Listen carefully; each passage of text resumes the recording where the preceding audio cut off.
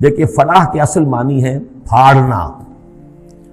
فلاح کہتے ہیں کسان کو کہ وہ اپنے ہل کی نوک سے زمین کی دھرتی کے سینے کو چیرتا ہے.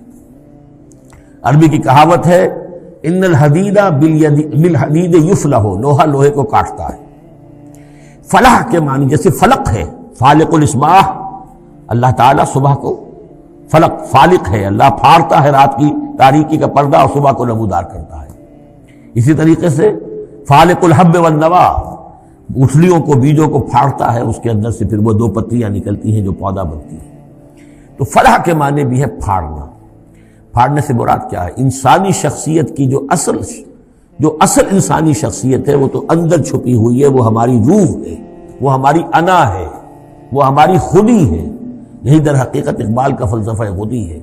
اور اسی کی بہترین تعبیر جو ہے آدرش، جو میں نے لفظ استعمال کیا تھا سورہ حج کے ضمن میں، ضعف الطالب والمطلوب. تو آئیڈیلز کا جو فلسفہ ہے اس کے حوالے سے ڈاکٹر رفیع الدین مرحوم و مغفور نے علامہ اقبال کی اس کے فلسفہ خودی کی بہترین تعبیر کی ہے. آئیڈیالوجی آف دی فیوچر ان کی مارکت الآراء کتاب ہے انگریزی زبان میں. تو افلح المومنون، گویا کہ میرا جو وجود ہے یہ گوشت ہے، یہ پوست ہے، ہڈیاں ہیں، یہ ہے، وہ ہے، تن و توش ہے، لیکن اس کے اندر میری ایک انا ہے، میری ایک شخصیت ہے. انا، یہ انا کیا ہے؟ میں کہتا ہوں میرا ہاتھ، وہ میں کون ہوں جس کا یہ ہاتھ ہے؟ میرا ہاتھ، میرا پاؤں، میری آنکھ، میرے کان، میرا سر، میرا یہ، میرا وہ، میرا جسم. بھائی وہ میں کون ہے؟ وہ پوزیس کرتا ہے اس کو. وہ میں، وہ انا، وہ ایک مخفی حقیقت ہے، اور اصل میں وہ روح ربانی جو میرے اندر پھونکی گئی ہے وہ ہے میری اصل حقیقت. لیکن یہ غلافوں میں لپیٹ دی گئی ہے، مادی غلاف ہے. ان مادی غلافوں کو پھاڑ کر اپنی روح کو برآمد کرنا، جیسے کہ گٹھلی پھٹتی ہے تو دو پتے نکلتے ہیں تو آم کا درخت شروع ہوتا ہے. ان مادی غلافوں کو پھاڑ کر اپنی اصل حقیقت، اپنی اصل انا کو برآمد کر کے تقویت دینا، یہ ہے فلاح. قد افلح، بہترین ترجمہ کیا ہے یہاں پر لفظ کے قریب ترین ہونے کے اعتبار سے. میرے سامنے اس وقت یہ ہے حضرت شیخ الہند رحمۃ اللہ علیہ کا، اور شیخ الہند رحمۃ اللہ علیہ مولانا محمود الحسن صاحب کا کہنا یہ ہے کہ میں نے تو موضح القرآن میں جو ترجمہ شاہ عبد القادر دہلوی رحمۃ اللہ علیہ کا تھا وہی اختیار کیا ہے.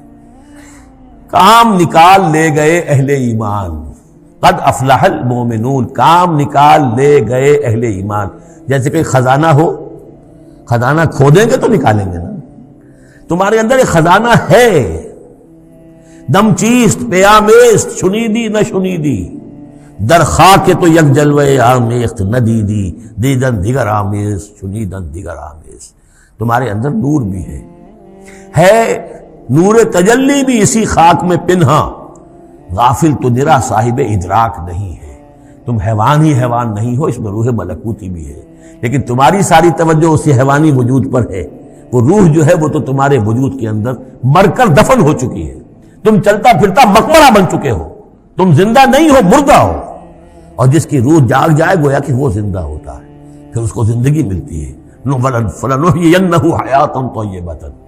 یہ ابو جہل مردہ تھا، یہ زندہ نہیں تھا، یہ اندھا تھا، دیکھ نہیں رہا تھا، یہ بہرا تھا، سنتا نہیں تھا. یہ جو حقائق ہے اس کو سمجھ لیجئے. اپنے وجود، اپنی اصل شخصیت، اپنی انا، اپنی خودی، اپنے سیلف، اس کی development of the self, development of the character, انسانی شخصیت کے لیے یہ ہے قد افلح. کھود نکالنا، خزانہ کھود نکالنا. ایک ہندی کا دوہا ہے بڑا پیارا، بھوکا کوئی نہیں. بھیک تو وہ خود شاعر ہے. بھیکا بھوکا کوئی نہیں، سب کی گٹھڑی لال. ہر ایک کی گٹھڑی کے اندر ایک لال بندھا ہوا ہے، وہ گٹھڑی جو ہے اس کے اندر ہے. بھوکا کوئی نہیں ہے، مال تو ہے اس کے پاس. گرہ کھول جانے نہیں اس بد بے کنگال، اس گٹھڑی کی گرہ نہیں کھولنی آتی. ستمست گر ہوست کشت کے بے سیر سر و سمندرا، تجھے غنچہ کم نہ دمیدائی درے دل کشا بچمندرا.